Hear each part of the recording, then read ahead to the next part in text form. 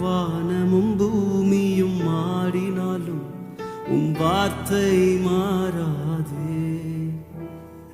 காலையும் மாலையும் தாங்கிடும் தேவன் கரங்கள் தளராதே. வானமும் பூமியும் மாறினாலும் வார்த்தை மாறாதே.